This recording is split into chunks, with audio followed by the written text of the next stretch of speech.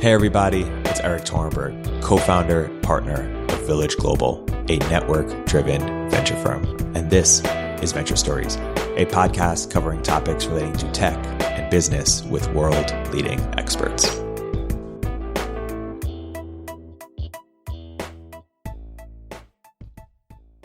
Hey everybody, welcome to another episode of Village Global's Venture Stories. I'm here today joined by two very special guests, Pierre Richelsen and Andreas Klinger, both of the On Deck team. Pierre, Andreas, welcome to the podcast. Hi, Erik. Thanks for having me. So we have two exciting announcements that we've just made. Andreas has joined the team as CTO and leading our product, and Pierre has also joined the team as leading our product. We made the acquisition of Lean Hire. So by way of introduction, Andreas, why don't you talk about why you were so excited to join On Deck, how it fit into your dreams of enabling global talent, and then we'll get into to Lean Hire and Pierre's journey. Yeah, totally. This almost feels like an info commercial, like three people about On Deck talking about On Deck. I love it. So the main motivation for me is very similar to the one that we had back then at Product Hunt. There's a lot of talented people worldwide, and it's very common that network or access is just a limiting factor. And right now, On Deck is, I would say, the number one platform to change that. It's not an accelerator. It's not just online education. It's something completely new, and basically enables anybody, no matter where they are, if they're awesome, to work with amazing people worldwide. Love that. And Pierre, why don't you talk about your by way of introduction, what you're motivated by and what you're doing with Lean Hire and how that fits into On Deck? Yeah, well, I mean, Andreas has been a guest on the show, so I think there's a little bit background about Andreas.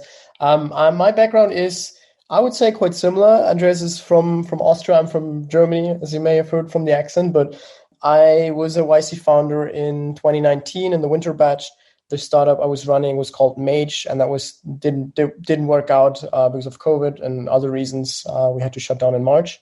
And then I was lost. Like, I didn't have a job. I had nothing to work on during a pandemic.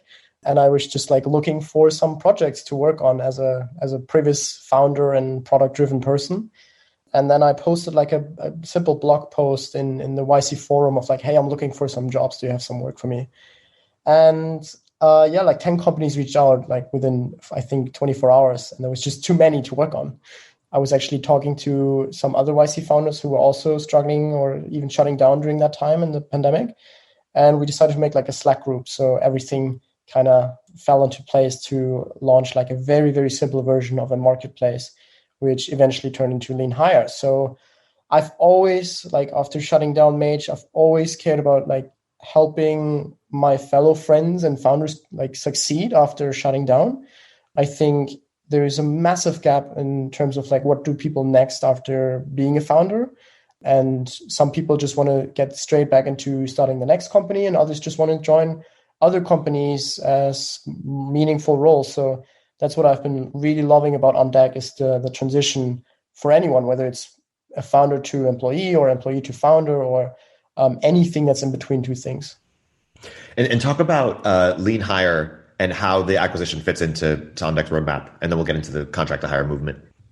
So Lean Hire was basically something I never really intended to start. Like, as I said before, like so many companies were like reaching out and then fellows. We just had a Slack group of 5 people looking for jobs. And then people started inviting their friends who were also shutting down, mostly YC founders.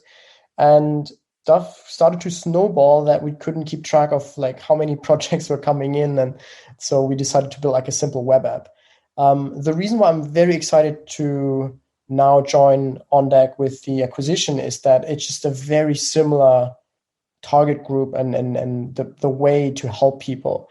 What On Deck is doing incredibly well is the 3 months program, which have been ongoing for almost 2 years now, right? Like the first one was like 2 years ago. But one thing I see a lot of more opportunities is in the hiring space, because one thing that On Deck is doing is co-founder matching. But what happens about the first engineer? What happens about the first head of something? And these roles are very hard. And especially early stage companies don't do they just don't know the hiring playbook yet. And most of the time, the roles are not well defined. You just need someone to do something. Just hey, can you help me out for 2 months? I need to get this MVP out the door. And that's where I think contract to hire like really shines. Totally. And so let me just zoom out first and talk about why global hiring is broken. And then we can talk about how contract to hire fixes a lot of these problems. But Andreas, why don't you start with your overview? Yeah, so for context, I was at AngelList, I was working on the job board talent platform, recruiting platform, special focus on remote hiring, global hiring. My personal take is that the main reason why hiring in general, but especially global hiring, is broken is, I think there's like two aspects to this. Like number one is credentials don't work globally. You don't know the university where somebody went through. You don't know the companies they worked for. You might not know the network and so on and so on. That's number one. And number two is that many companies actually hire almost schizophrenic. They hire completely contrary to how they actually work on projects. They make hiring almost like this virtual, artificial thing, like this I don't know, mental exercise. Like a classic one is like back in the days when we had like whiteboard desks with algorithms and all this kind of stuff, and nobody would ever do that in the actual workplace. And with designers, you sometimes have like reviews of portfolios where you like nitpick about stuff you would never care about in real world. And in other roles, you have weeks of interviews for a role. And the weirdest thing here to me personally is the people who are usually doing these interviews have barely any training. And it leads to this whole convoluted mess of basically you're not properly able to judge this CV. Let's say somehow you figure out how to judge the CV. You have a process that doesn't really represent what you actually do in the actual workplace, and you have it done by people who don't have any professional training for it. And this together is just such an absurd, abstract approach that looking back, I think in a few years from now, we look back and we'll be just like, okay, how did we ever do that? Yeah, I fully agree with Andreas. My background is more focused on the founder's side, looking for jobs. And what I've heard the most is like, I don't apply, like my profile doesn't work for this job description. A lot of founders I talk to, especially in YC and on deck, they don't like, maybe they have a bachelor, maybe not, but a lot of the people just want to build stuff and crank something out and build something that that they're dreaming of or something. And when companies start picking up these classic playbook, which Andreas just mentioned, they just be like, okay, so how many years of college do we need? Okay, let's do 4. Well, maybe 5. And then, okay, how much experience of React do we need? Well, let's do 10. And then React is only like 8 years old or something. So I think if you look at the job boards, a lot of the job boards just don't make any sense in terms of like for early stage companies to actually design one or like come up with one. But also the opposite, just going straight for only contractors is also not working. If you think of like Upwork or what's the other ones, Fiverr, you don't really want to go down that rabbit hole as well, because there's also like a very, very hard way to filter out who you actually want to work with for long term. So the contract to hire space makes it much easier to try someone for like, let's say 1 month, and then see if it's a fit, and then you continue, or you shake hands, you pay them well, and then you discontinue the work. Say more from the candidate side, why more people should be excited about this potential path, and what how they should approach it. So the most common feedback I've heard from, I'd say, top talent people is that they get too many jobs which they could apply to, like LinkedIn recruiters spamming their inbox. They're not even opening them anymore. If you have a strong background, strong profile, you basically can work at almost every tech company because everyone's hiring. So for them, the biggest strength of contract to hire is that you can actually try before you commit for like a 2-year salary or a 2-year employment. You know, like being hired and fired is annoying and painful for both parties. So let's just skip the paperwork and just get started like tomorrow. And I think that's a very compelling reason to just try, let's say, 1 or 2 projects before actually committing on the third one or something. And then let's talk about from the company perspective. How do you make sure that you do it well? How do you set up infrastructure for it? what are common challenges that companies face while doing it and should be prepared for? So over at Lean Hire, we try to kind of standardize the process that everyone knows like what they're signing up for, that the contractors know, even though you make a project, that it does not necessarily mean you would get a placement, but also the companies know that, well, this is a project and we also need to do our best and show that they want to join. So being upfront about the expectations is very important. You don't have that for Upwork or Fiverr. People abuse it to kind of like, hey, let's start as a contractor, and then they might turn into a full-time position. But we try to have this contract to hire like from the get-go and standardize the process of like, hey, make at least a project worth like $15,000 to $20,000 in project size. Only do project-based billing, because once you go into like an hourly rate, then it's really hard to calculate, and that can go like it can become an incredible mess. So we're trying to standardize the whole process, and obviously having a middleman in between who focuses on everyone's being like treated fairly is a huge benefit.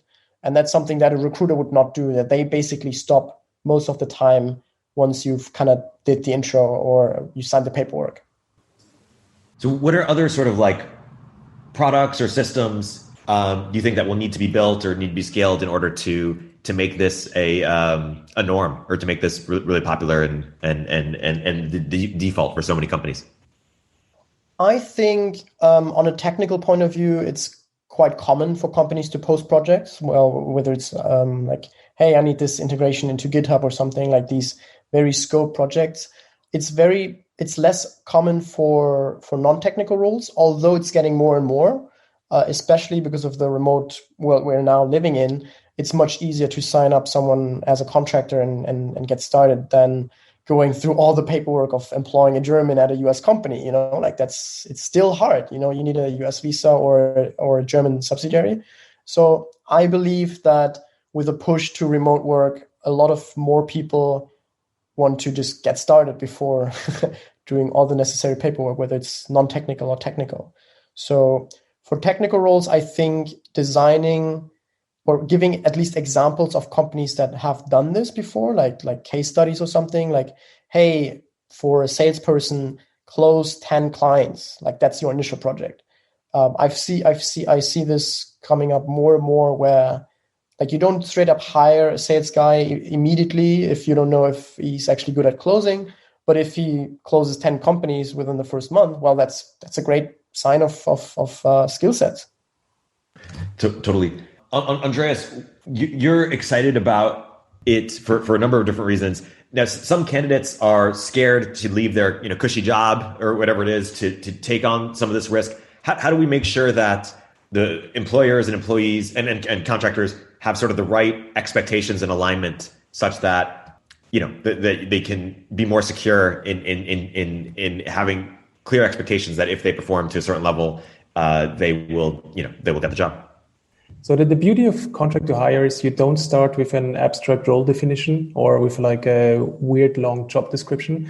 You start with having a problem and basically just saying we need somebody to solve it. And this is how you start. You literally define a problem, a project, put this on, for example, a platform like Lean Hire and say we need the right person. The interesting part here is concepts like contract to hire or Lean Hire attract very, very different kind of people like it would normally get on Upwork.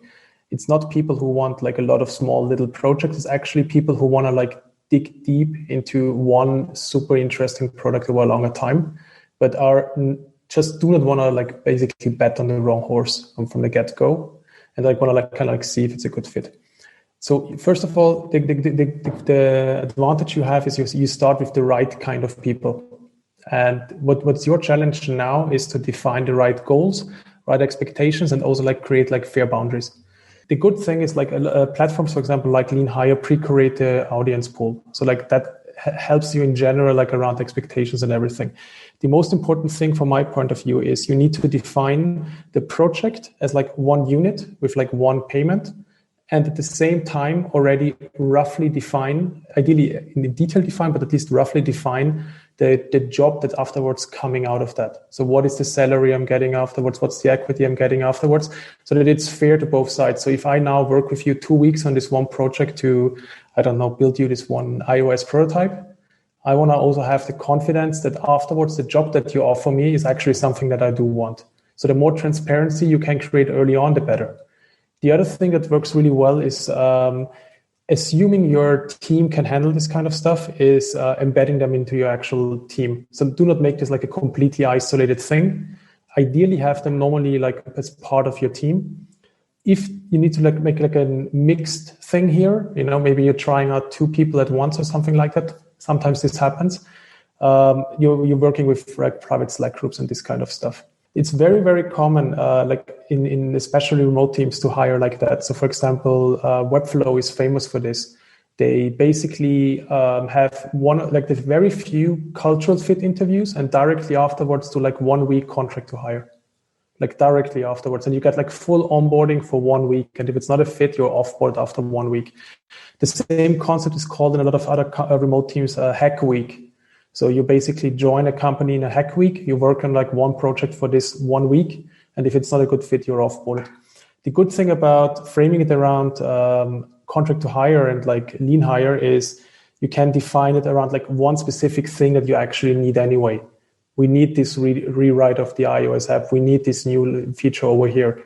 And this here, even if the hire doesn't turn out to be a good fit, this here becomes actually like a valuable addition to your product. So it's not just like somebody joining your company for like a week and like maybe it's a good fit. It's like somebody actually working towards a very specific goal that you need as a business. And especially like early stage companies like in OnDeck, this is what they desperately need. For people who are still, married to their traditional hiring process, you have a couple lines that you usually like to say, like, people aren't as good as hiring as they think, and sometimes it's just survivorship bias. Say a bit more about that for people who are wedded to their, like, no, we have a process and we've hired so many people and we're doing well. I think a lot of companies have problems identifying early talent when it's just a CV or just interviews.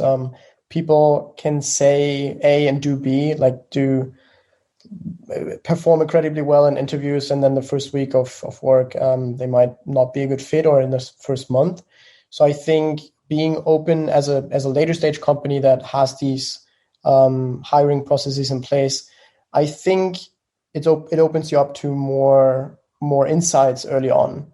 So I think it all boils down whether you want to have a standardized process that is like a big funnel, or more specifically hire from a pre-vetted funnel that maybe like you trust already, like OnDeck or Lean Hire, which is also a lot of YC founders who are joining. So that just saves you some time on some interviews. Now, I think for companies who have like an existing playbook, I think it's always good to like reflect on your own practices and just give it a try, like give it a try for like once or twice. There's very little risk to get started. Like there's when using a platform like Lean Hire, every contractor is compliant with all the labor laws and IP transfer rights and NDA. So there's very low risk on onboarding someone, especially when you give them access to only like a copy of a staging database or something. So I think more companies should give it a try just to see if their process still works in a COVID-like world.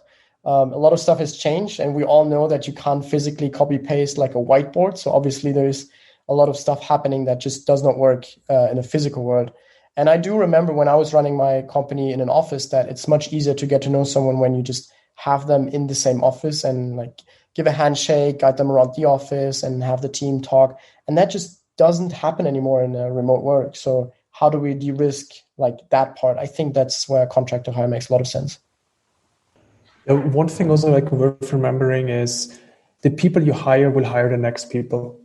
So any problem you have in your hiring process will basically compound over time. Any problem you have in your talent pipeline will compound over time. Every mistake you do compounds over time, and so on and so on. Like my biggest pet peeve with most companies is that they're extremely opinionated about their interviewing and hiring process, but are actually not trained in it and are not really good in it. And to the point that I believe in many companies, after the first 2 interviews, you could just basically introduce a random coin toss if you hire somebody or not, and you would most likely have the same outcome in quality. So like, long story short, I'm a strong believer in getting people to work on actual projects as quickly as possible. And it's also like a good way to convince, I would say, people who you normally couldn't easily employ. I think I'm, for example, a good example for that. So technically, I'm an investor in OnDeck, and Erik and David basically approached me with like several problems they had. We're like, hey, can you just like quickly help, like kind of like save your own investment kind of approach? You know what I mean? I started doing that, and it was meant to be like 10 hours a week, became a little bit more, became another project, and all of a sudden we're talking that I should join as a CTO. And I think I would not be, I wouldn't fit in any normal hiring process. Like I just wouldn't go through like this kind of process at all. Like neither would, because I don't want to. And second of all, because I don't think I would be really good in it. And second of all, it's just really, really hard to convince me to join a company. And I think that's true for a lot of people out there. And that's just like another, just I would say like silver bullet to solve this. Yeah, I think that's a great point. Maybe let's close on just talking about a bit about the product vision, because we have 2 announcements. You guys are both respectively leading that vision. Pierre, you've just joined as head of product. Where is OnDeck's product going? Pierre, want to start us off? So for those of you who follow OnDeck already, we are trying to build like the most sophisticated community for tech, for people in tech and beyond. And what David said in the past was that people come for the community. It's such a strong pull and such a massive benefit to be in this network, whether it's joining a company or starting a company, and they stay for the tools. Now, both of our jobs, Andreas as CTO and me as head of product, is to make sure that these tools are just like top notch and solve a lot of the pain points, whether it's finding a co-founder, finding founding engineers, where lean hire can come into play, or finding your first angel check, or whatever it is, offering deals to other companies. That's where a strong product makes a huge difference.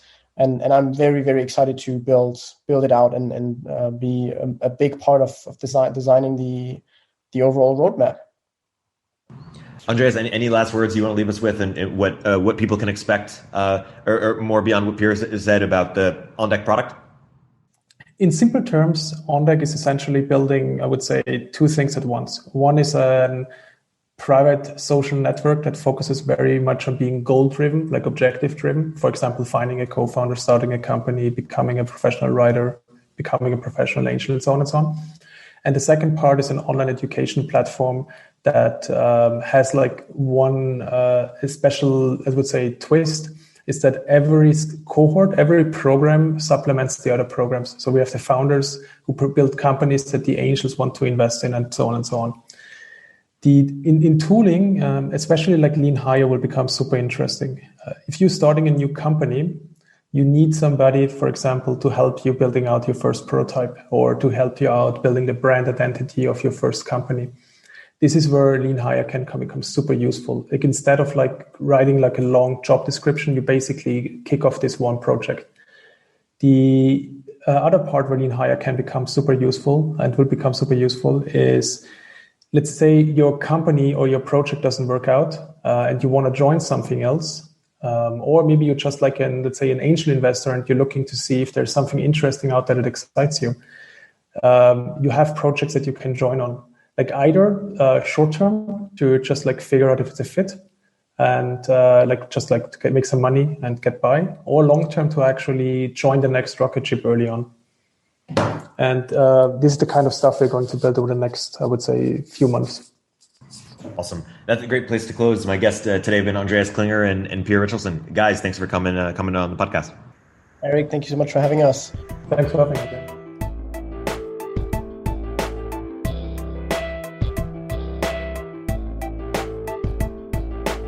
If you're an early stage entrepreneur, we'd love to hear from you. Check us out at villageglobal.vc.